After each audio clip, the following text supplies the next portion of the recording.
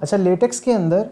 या रिसर्च के अंदर हमारा फोकस नॉर्मली ये होता है कि हम टेबल्स जो हैं उनको लिमिटेड साइज़ का ही रखें, लेकिन कभी कभी हमारी ये रिक्वायरमेंट होती है कि हमारे जो टेबल्स हैं वो एक से ज़्यादा पेजेस पे चले जाते हैं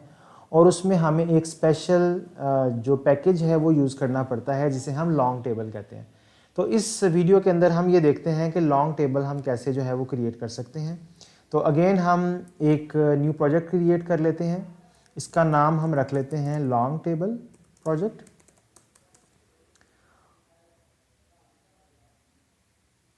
और यहाँ पे हम LLM के पास जाते हैं और इसे कहते हैं जी कि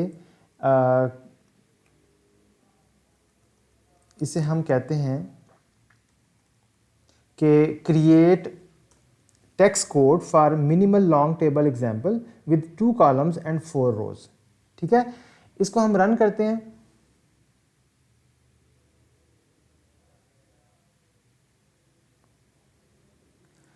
अच्छा जी, अब हम इसका कोड जो है अभी जनरेट हो रहा है, तो जनरेट हो गया है। अभी हम इसका कोड कॉपी कर लेते हैं,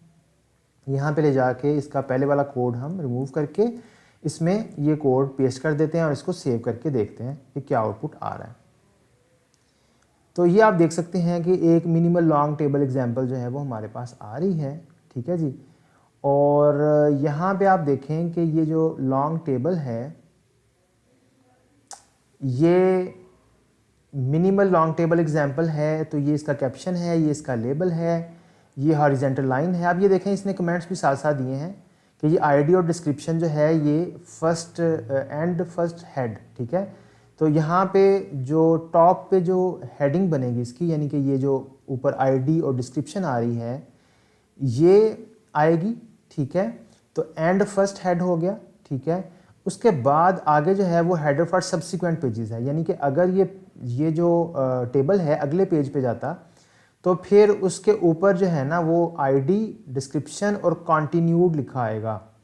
इसी तरह से जो फुटर है वो ये पहले वो वाला फुटर आ रहा है जो इंटरमीडिएट पेजेस में आएगा, यानी कि अगर अभी टेबल ख़त्म नहीं हुआ और पेज ख़त्म हो गया है तो फिर ये वाला फुटर आएगा और उसमें लिखा आएगा कंटिन्यूड ऑन नेक्स्ट पेज, और फिर वो एंड पे जो है वो लास्ट फुट जो है वो एंड उसका हो जाएगा। ठीक है जी, और उससे नीचे वैसे ही डाटा है जैसे टेबल का डाटा होता है, यानी कि 2 कॉलम्स का डाटा है, उसमें एम्परसेंड साइन है और एंड पे न्यू लाइन की जो है वो सिंबल्स आ रही हैं। ठीक है, और ये देखें ये सारे का सारा लॉन्ग टेबल के एनवायरनमेंट के अंदर आ रहा है कोड। ठीक है, और इसी तरह से यूज़ पैकेज के अंदर भी ये लॉन्ग टेबल को हमने इंक्लूड किया हुआ है। अच्छा, अब यहाँ पे क्योंकि ये अभी सिर्फ 4 रोज़ का डाटा है तो इसलिए ये हमें वो इफ़ेक्ट नहीं नज़र आ रहा लॉन्ग टेबल वाला।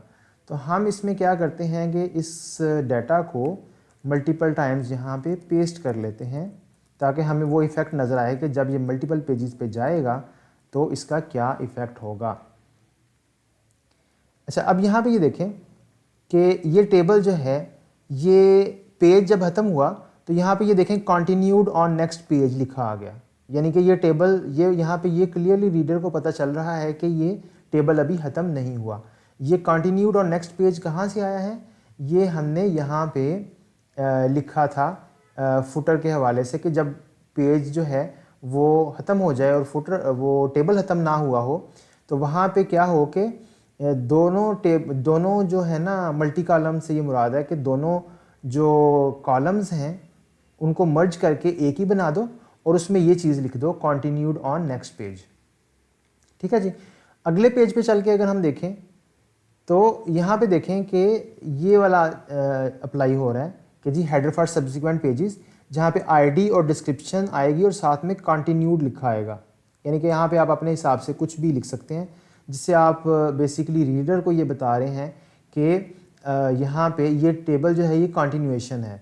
अक्सर मैंने ये देखा है कि स्टूडेंट्स क्या करते हैं कि अगर उनका टेबल बहुत लेंथी हो, जैसे कि वर्ड के अंदर अक्सर होता है कि वो पहले टेबल के स्टार्ट में जिस पेज में वो टेबल स्टार्ट हो रहा है वहाँ पे तो कॉलम्स के नाम आ रहे हैं लेकिन अगले पेजेस में नहीं आ रहे, लेकिन यहाँ पे ये चीज़ें ऑटोमेटिकली जो हैं ये मैनेज हो रही हैं।